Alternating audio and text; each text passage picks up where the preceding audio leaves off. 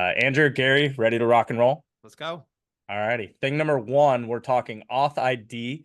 Ticker is AUID. AuthID reports second quarter and unveils new technology. Tell us more about that, Gary. So great quarter from authID. This is a company that did a little under, right around $200,000 of revenue last year.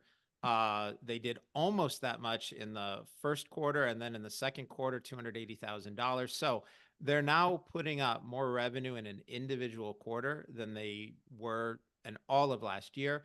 The company reaffirmed all guidance, saying everything's good, we're in good shape. authID also provided a comprehensive list of new reseller and partner agreements. The team there has done a great job of getting their biometric authentication solution on a whole bunch of platforms, and that will take some of the pressure off the sales force to bring in some new customers and clients over time. More importantly, the company was able to install and scale their best-in-class and fastest in the market biometric authentication product at multiple new and growing customer accounts.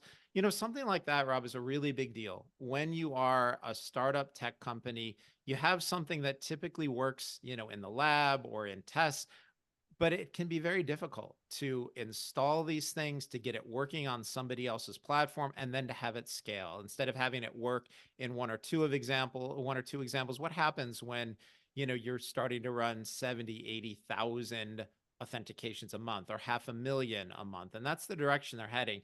The team there worked very hard to get that done. And it's very clear from guidance based on the relationships they have and the customers that they've got scaled, that the revenue growth rate is going to increase from here. They're talking about, so they did $280,000 last quarter. They're talking about doing another $1 million in revenue over the next 2 quarters. So they're basically going to double this run rate. It'll be up in the third quarter, up again in the fourth quarter. So don't look for $500,000 next quarter. You'll get somewhere north of 280, and then the remainder of it more than $500,000 in the fourth quarter. I think all of that is really encouraging.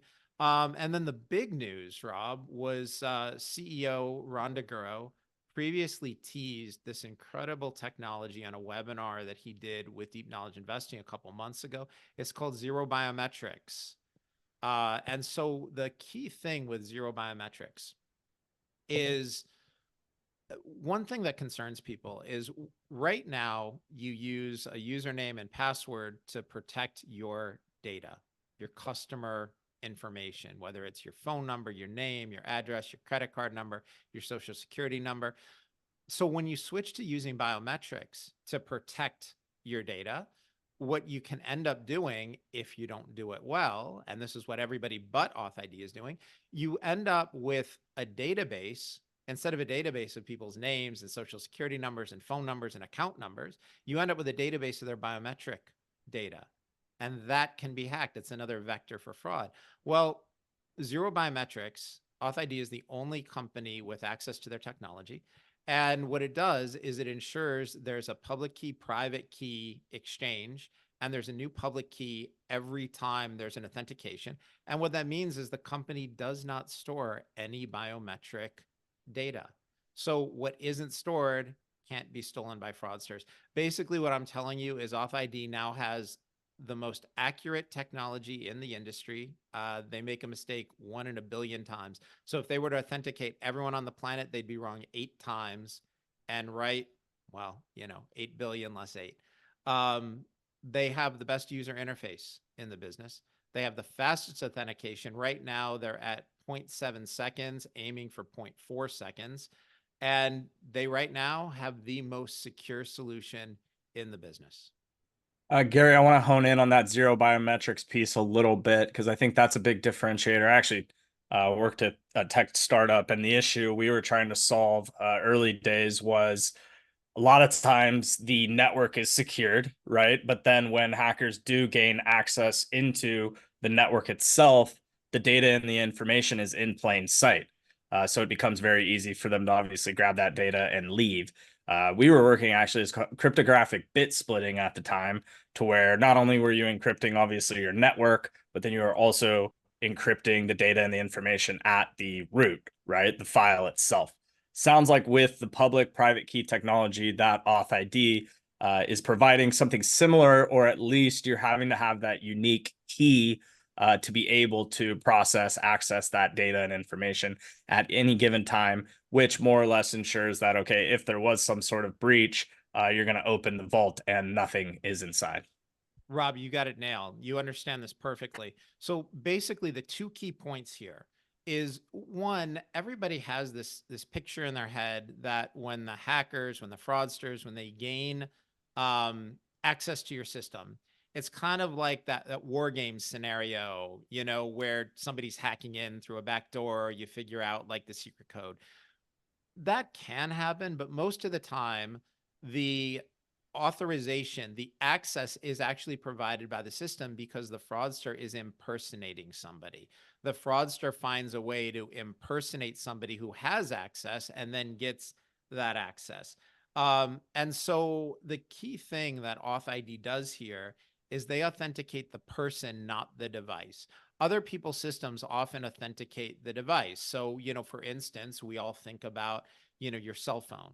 And if you have the right fingerprint or face ID or password, you can then get access to a cell phone, and that enables you to access all of the apps. Basically, the apps say, okay, that's Gary's cell phone. So we recognize this must be Gary. It may not be, right? But they're authenticating the device. And what authID does is they say the real vector for fraud is impersonating somebody who should have access. So instead of allowing that, we're going to use biometrics to stop it. And when that happens, you're authenticating the person. So right now, if the bad guy has your device and can have access to it, they can access a lot of your data, a lot of your accounts. With authID, the bad guy can have your device, it won't matter. They authenticate you, and that is a huge difference. And by not storing your biometric data, by not having it, the company doesn't even have access to it. Right. You know, one of the things we've seen with some of the cell phone companies where they've talked about security, and like, you know, the FBI or the CIA has gone to them and said, hey, can you get us access to this person's cell phone? And sometimes they've said, we don't have it. We don't have that access. We can't provide it. We can't provide that data. Now, there have been times that's been true and times it's been a lie, but in the case of authID, you can't hack what doesn't exist.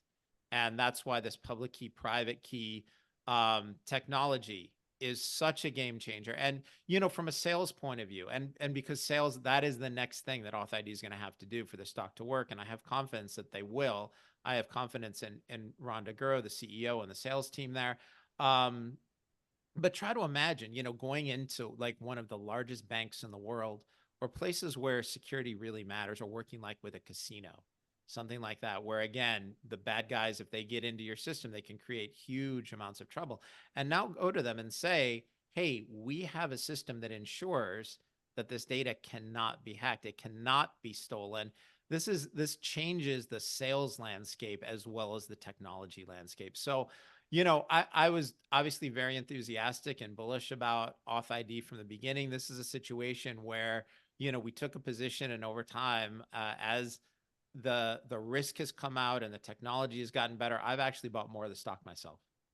Yeah, one of the things to mention on that, current recommendations have also been updated on the website for premium subscribers. Gary's added some weighting to that particular page to help just understand what kind of portfolio positioning looks like, and be sure to check out what that weighting looks like on the authID ticker.